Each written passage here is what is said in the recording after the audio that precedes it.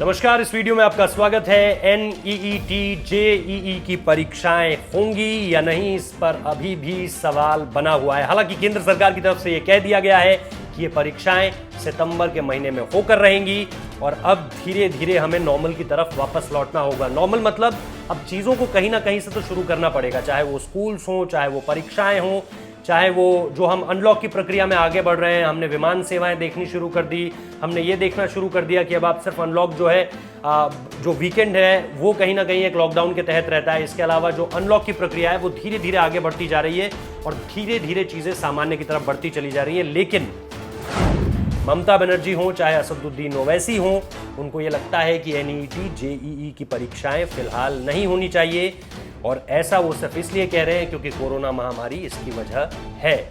ममता बनर्जी ने तो इस पर दो ट्वीट कर दिए। ममता बनर्जी ने तो ये भी कहा कि बीती जो मुलाकात हुई थी, मतलब वीडियो कॉन्फ्रेंसिंग के जरिए जो मुलाकात हुई थी, उसमें मैंने प्रधानमंत्री महोदय के सामने ये बात रखी भी थी कि ऐसा नहीं होना चाहिए।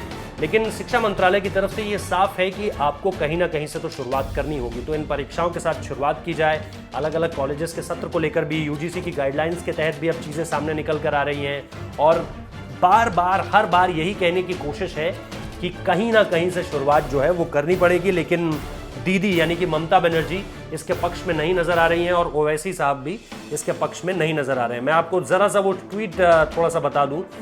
ममता बनर्जी ने कहा है कि in our last video conference with the honourable prime minister Shri Narendra Modi ji, I had been vocal against the UGC guidelines mandating completion of the terminal examinations in universities college by the end of September 2020, which had a huge potential to put students' lives at risk.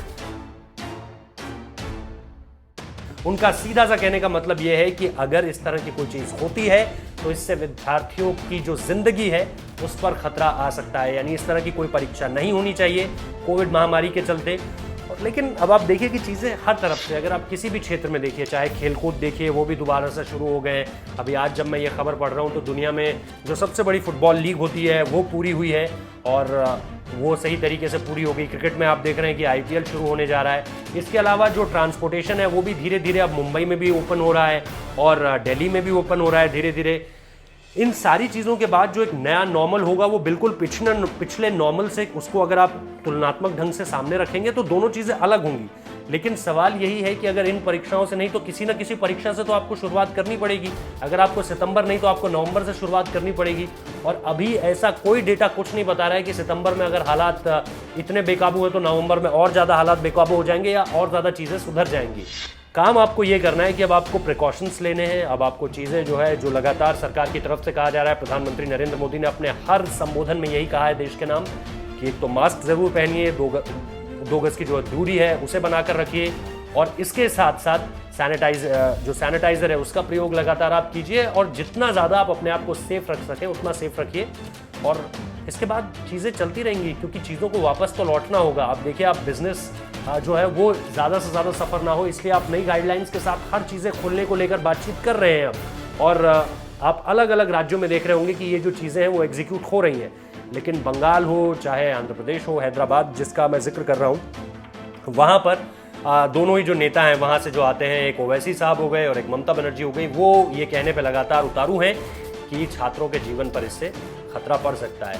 हालांकि जो शिक्षा मंत्रालय की तरफ से बार बार बयान आ रहा है वो यही कह रहा है कि हमने जो है सारी चीज़ों पे पहले एक मॉनिटर किया है, उन्हें चीज़ों को देखा है अच्छे तरीके से किया कि क्या अगर ये परीक्षाएं होती हैं तो इससे छात्रों का जीवन रिस्क पे तो नहीं है, क्या इससे बहुत ज़्यादा हम वायरल तो नहीं कर देंगे कोरोना को, या फिर ऐसी चीज़ें कि सिटिंग अरेंजमेंट्स बहुत ज़्यादा क्लोज हैं या बच्चों को एक साथ काफ़ी नज़दीक बैठना पड़ेगा। ये सारी चीज़ें देखी जा चुकी हैं, उसके बाद ही ये फैसला लिया गया है। ऐसा नहीं है कि ये फैसला सिर्फ इसलिए ले लिया गया कि हम एक मैसेज कन्वे करना चाहते हैं कि देखिए हमने ये एग्ज़ाम करा दिया है तो यानी भारत अब पूरी तरह से सुरक्षित है, स्वस्थ है और अब इसी तरह से आगे बढ़ेगा। जी नहीं, ऐसा बिल्कुल नहीं है।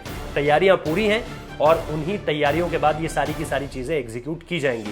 तो उम्मीद करते हैं कि ममता बनर्जी ये समझेंगी, ओवैसी साहब ये समझेंगे और बच्चों को ये ना कहें कि आप तैयारी मत कीजिए, एग्ज़ाम कैंसिल हो जाएगा। क्योंकि कई सोशल मीडिया साइट्स पे ये भी चल रहा है कि अब क्योंकि ममता बनर्जी ने कह दिया और ओवैसी साहब ने कह दिया तो सरकार बैकफुट पर आकर जो है वो इन चीज़ों को वापस ले लेगी। ऐसा नहीं है।